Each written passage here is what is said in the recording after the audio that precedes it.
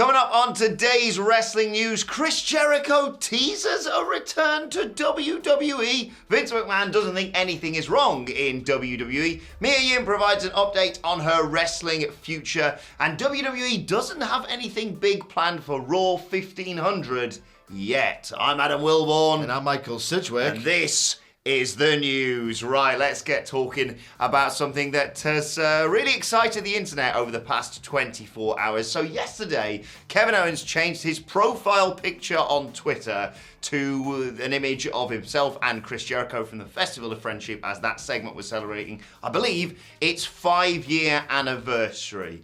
Well, Chris Jericho, always, ever the worker, responded to this tweet by saying, "I haven't forgotten, Owens. You never know when you'll see me again." Michael Sidgwick, is Chris Jericho going back to WWE? Well, I think a worker is simply being a worker, or if you want to be less kind, a carny is being a carny. Let's entertain the idea that this could be something. I don't think it is. Okay. Kevin Owens, obviously very recently, publicly re-signed with WWE. So if it's going to unfold anywhere, one would expect maybe it's going to unfold there. But another wrinkle to that idea, a WWE contract means quite as much as a WWE storyline victory, which is to say very little. They could just sack him at a moment's notice. Chris Jericho, meanwhile, was reported to have signed a 3-year deal with All Elite Wrestling in January 2019, due to expire in January 2020. For those keeping score, he has in fact appeared on AEW Dynamite and Rampage, in fact, in February 2022. Therefore, one would infer that AEW have taken the 1-year option, and that was part of the original deal.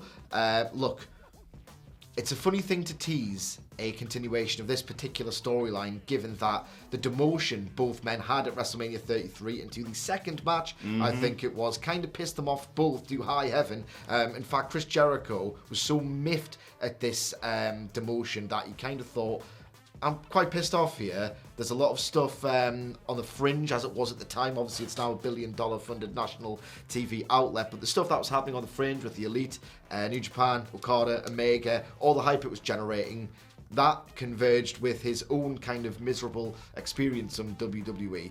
Kind of compelled him to look elsewhere. So it's not really a convincing work, and it's just a work, in my opinion. Yes, but it was nice to celebrate a brilliant segment 5 years on. It was awesome. But I really don't. I mean, it still annoys me to this day what they did with them in the Universal title. And Welcome then to WWE. Yeah, US title match, etc., etc. Anyway, this sort of leads nicely into our second story, because Vince McMahon, at least according to Mike Johnson of PW Insider, doesn't think anything is wrong with WWE, or specifically the current WWE product. And the reason why he gave, or I should say, the reasons why he gave, were a billion reasons. Because yes, WWE made $1 billion in revenue last year. Now, this is a story that simultaneously infuriates me, that a man can look at WWE, especially when he's in charge, and think, this is fine, the fire meme basically, and yet this is something you say almost all the time. You said it in the aftermath of the Royal Rumble. You say it often when I sit here and rant and rave,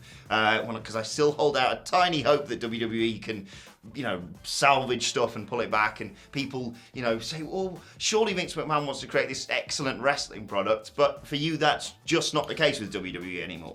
No, not at all. WWE is so safe and its product is so meaningless that it's almost content proof. Like, we run out of ways to kind of bury it. I'll never remember the exact configuration or order, but something happened on SmackDown 2 weeks ago, if you recall, where I believe it was something to the effect of Ricochet versus Ridge Holland. Yes, that's it. Someone won. One of the two won. Ricochet won. Yeah, and then it was turned into a tag team match in which the team that Ricochet was on lost. Yeah. This whole thing between entrances, in-ring time, the time it took to make the impromptu second match took about, 25 minutes of our time, and it accomplished literally nothing. One thing happened, the other thing cancelled it out. It's worse than 50-50 booking week on week, because it just happened in the same segment. Literally nothing happened, and it was the number one show on cable. There is no impetus for WWE to change. Yes, that's a good point. There's no impetus whatsoever for WWE to change. Vince McMahon can't change it himself. If he's in a deep state of denial, it's so deep that he will come out with statements like this. And it's, he's laughing. He doesn't have to do anything. Like what happened on that SmackDown, and it's just one isolated example of the many. Literally nothing of any purpose or meaning or progression happened, and yet it was still the number one show on cable that week, and it will still be the number one show on cable the next week.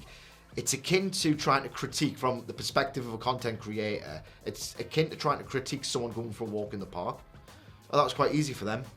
It wasn't particularly entertaining, but their goal was to walk in the park. They accomplished the walk in the park. I felt nothing from them walking in the park, and yet they get paid $1 billion to walk in the park.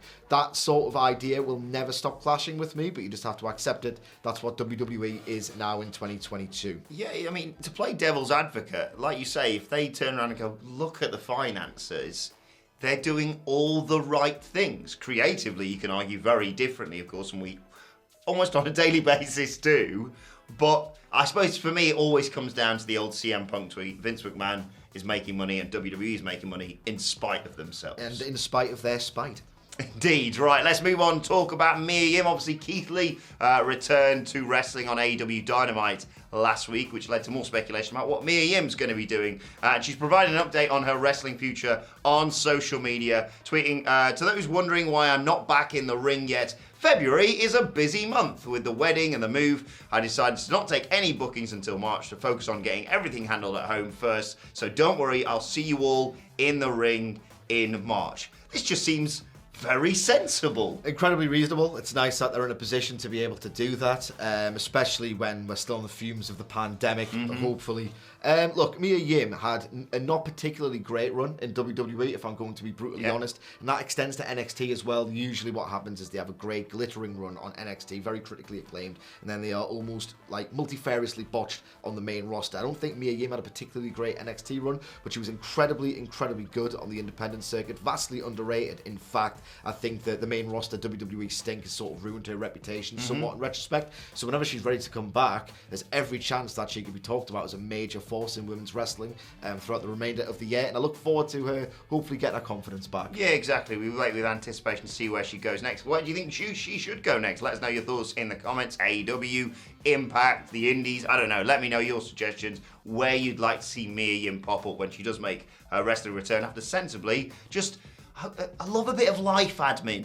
And that's what she's doing right now, so good for her. And finally, let's talk about Raw 1500. I did not realise this, but it's apparently next week. The February 21st edition of Monday Night Raw is the 1500th episode. You'll remember that they love doing big things. Raw 1000, obviously. SmackDown 1000, the 25th anniversary, etc., etc. But according to Fightful Select, the outlet is not aware of any special presentation surrounding the show. We could well get some developments on that on Monday Night Raw tonight. But normally, considering they do like to go big for these big numerical milestones, quite surprising this, especially on the road to WrestleMania. Well, not really.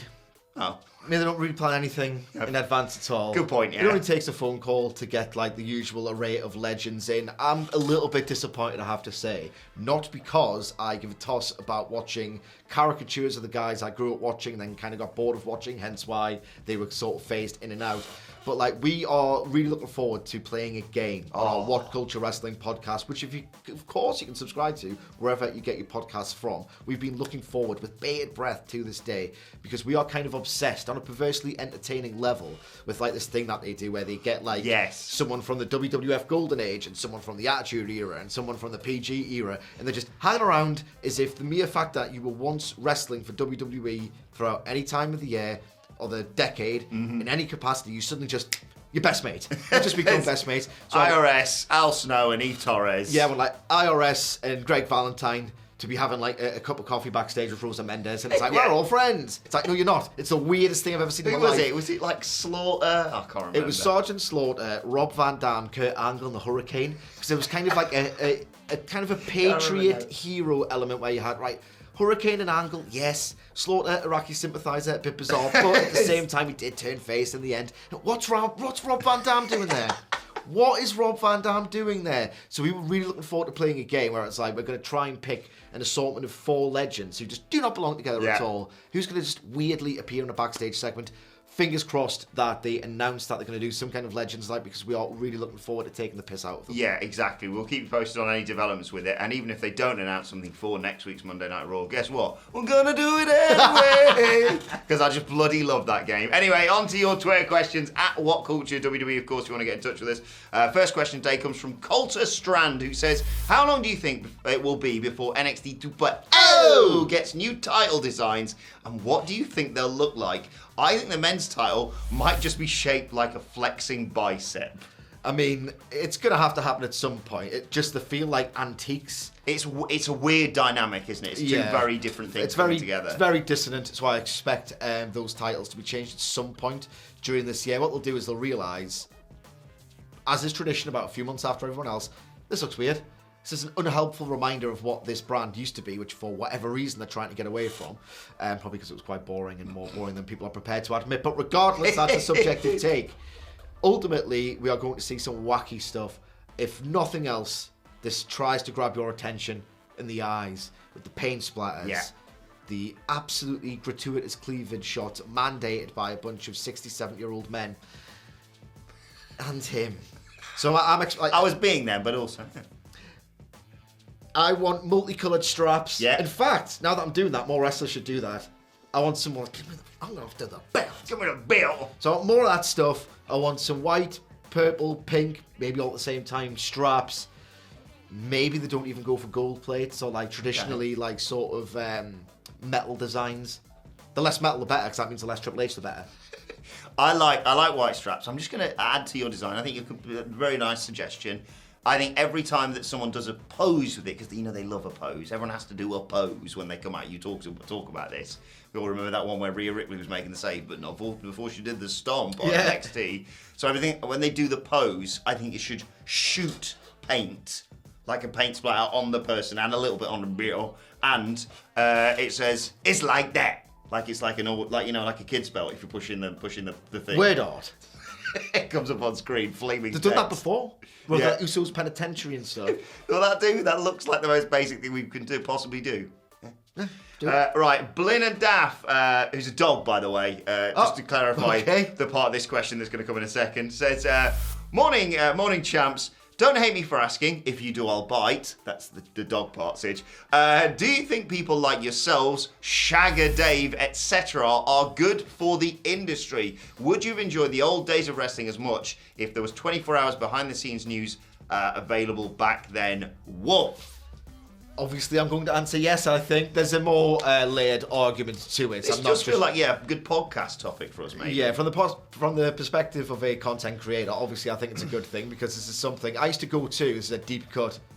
There's a shop chain, in fact, of news agents called John Menzies. Oh right? Yeah, John Menzies back in the day in the Metro Centre in Gateshead. And my thing when I was 5 years old was instantly drawn to wrestling magazines. Used to take them home, pour all over this. It's always what I've wanted to do. It's always something I've personally been invested in. Look, Finley Martin of Power Slam magazine and Dave Meltzer shaped and enriched my wrestling fandom. You think, right, I want to kind of get outside of WWE. This is just my specific example. I'm kind of getting bored of this, and I keep hearing or reading about, rather, in the wrestling magazines that I read about this wonderful scene in Japan. It seems incredibly daunting. I've got no entry point. These shows are happening with every single issue that I read about. There's stuff I'm missing out on. There's stuff to keep up with that I don't know how to keep track of. Wouldn't it be great if there was someone, and in the case of me, it was Finley Martin and Dave Meltzer, who can give me a shorthand of a match recommendation, an insight into why this match was so significant or so incredible. And with Dave Meltzer's star ratings, I got a shorthand guide. If you count the number of asterisks, I'll go there first, then maybe work my way down. And honestly, my nerdy pro wrestling fandom was completely enhanced by Dave Meltzer and Finley Martin. And I hope on some level we can do something similar to younger fans. Look, no one's kind of forcing you to go online. You could legitimately... Yeah. I know there's a fear of missing out, which is probably half the reason I'm still on Twitter. So there is the factor of fear of missing out, and there is you could just talk amongst fans, and then sort of a nerdy, pedantic critic gets in the way of the fun. Look, you can seek out as much of this as you choose. It's always going to be there, whether you like it or not. Personally, I can get tired very quickly of the Twitter experience. I think everyone's getting really, really, really bored of just the bad faith discourse all over the place. It's there if you want it, and it's not there if you don't want it. Yeah, I'll hold my hands up. You know, we are guilty of spoilers and things like that. You know, Don't go online if you don't want the show spoiled. It's so simple. Yeah, in order to get clicks. But obviously, I'm going to agree with you. This is literally my favourite job I've ever had. It's a joy to come in every day and talk about possibly wrestling. the wrong people to ask. Yes, to be truthful. I get the argument, but I think there was always an element of this certainly for as long as we've been wrestling fans. Obviously, you know, the good old days. I'd say it's not a new thing, this. I was on message boards and I chose to go on those message boards. I read insider magazines and I chose to read insider magazines. I could theoretically not go online, not pick up a magazine, not subscribe to a newsletter, and simply watch the shows on television or on YouTube or online. I get this sometimes when I speak to sort of, you know, casual wrestling fans of mine, and we, you know, debate, like when we were talking about who could win the Royal Rumble, and obviously I've got, you know, a lot of insider knowledge just through working here. And then I'd ask them about who they think would win, and they'd throw out names just, you know, completely going against the ones that we've reported or heard about. Because, if you're not in the loop, you don't have to be in the loop. You can still blissfully enjoy elements of this beer now. You're not missing out on Twitter. Genuinely, you're not missed anything. It's horrendous. But what you are missing out on, if you're a fan of AEW and you haven't done so already, is the brilliant book by Michael Sidgwick, which for me, genuinely, is a version of what you were talking about there with getting people into something maybe that they didn't get. Becoming All Elite, The Rise of AEW. It's Michael Sidgwick's brilliant book all about All Elite Wrestling, and you can get it. Amazon, basically, is the best place to head because it's always going to be in stock on there. Final question today comes from regular contributor and the brilliant Edward Shirazhands, who writes, "G'day, gents." I'm going to do this in a serious voice because I don't want to ruin this excellent question. With Lily's doll being on the WWE shop, is there any chance we're getting a Lily Championship belt with her face on it? #nonsbait. Thoughts? But I think she's not getting rid of Lily, the old doll. Well, that's what we get to look forward to like on Monday how Night it's Raw. like a covert advert. We're dropping this character, but we bought this one from WWEshop.com. Buy the character's still a thing. It's just the weirdest thing. Everyone kind of unanimously thought it was terrible, apart from some really weird and potentially problematic people. They appear to be phasing it out. Why go to this much effort when they simply ignore most things that happened the prior week anyway? It's the most odd thing. In answer to your question, it amused me. Please no. Yeah, no more face belts. Certainly not ones that cost $6,000. Although I was intrigued over the weekend to see the new epic wrestling feud, Louis Dangle versus Wyndham. Weird that. Also, Edward writes, P.S. Penny says hello. Good girl, first of all. And hope Andy gets well soon. And that leads us nicely into today's and finally. Whilst I love doing the wrestling news with the brilliant Michael Sidgwick, the reason why Andy Murray was only on this channel last week for one day, he was having a lovely time with his missus, celebrating his anniversary in London. Unfortunately, when he went down there, he caught bloody COVID. It is still about, please be safe, wear a mask, do all the usual stuff we talk about. So I just want to use this as a moment to say, get well soon, Andy. Please, everyone watching this video, go and send him good vibes because, yeah, he's a top boy and we wish him well in his recovery. Yeah, he's one of the best lads I've ever met, I think, Andy Murray. Good lad.